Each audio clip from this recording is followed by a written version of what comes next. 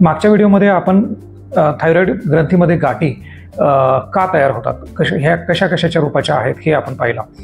आता ह्या गाठी जर तयार झाल्या तर नेमकं पुढं काय करायचं? सगळ्याच गाठी ह्या कॅन्सरच्या असतात का? तर असं बिलकुल नाही आहे. सर्व गाठी कॅन्सरच्या नसतात. आपलं वय किती आहे, आपल्याला रिस्क किती आहे, आपल्याला पूर्वीची काही सर्जरी झालेली आहे, कोमॉर्बिडिटी आहे का, फॅमिली हिस्ट्री कशी आहे, तुमचे आजी, आई, सिस्टर, फिमेलमध्ये किंवा मेल साईडला पण कुणाला आहे का, ह्या सगळ्या गोष्टीची गरज असते. हे टेस्ट केलं पाहिजे.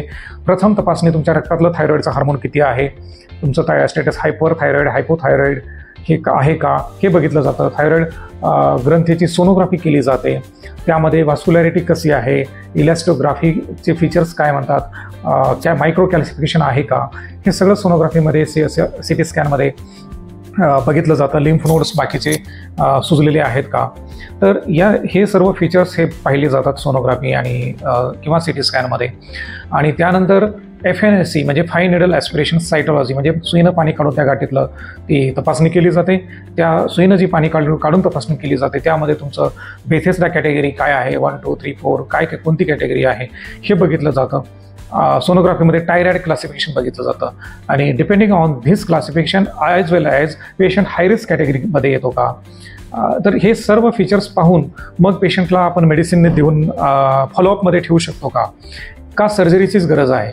जर लॉंग स्टँडिंग गॉयटर असेल तर कधीकधी त्याचं डायरेक्ट रूपांतर अनाप्लास्टिक कॅन्सरमध्ये तयार होतं. अनाप्लास्टिक कॅन्सर हा एक थोडंसं डेंजर स्वरूपाचा कॅन्सर असतो, धोकादायक असतो. तो कमी काळातच प्रोग्रेस होतो.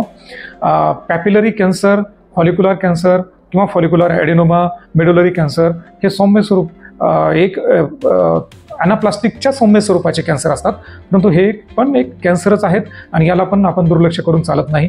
तर तुमचं थायरॉइडची तपासणी, सोनोग्राफीचे फीचर्स, CT स्कॅनचे फीचर्स आणि FNAC हे सर्व आपल्याला एक गायडन्स करतं की तुम्हाला फॉलोअपची गरज आहे का, तुम्हाला सर्जरीची गरज लागणार आहे. Depending on age of the patient, depending on size of the nodules, बाहेरचे लिम्फ नोड्स हे आणि प्रिव्हियस हिस्ट्री, फॅमिली हिस्ट्री, ह्या सगळ्या गोष्टीचा विचार करून आपल्याला सर्जरी का मेडिसिन का फॉलोअप हे ठरवलं जातं.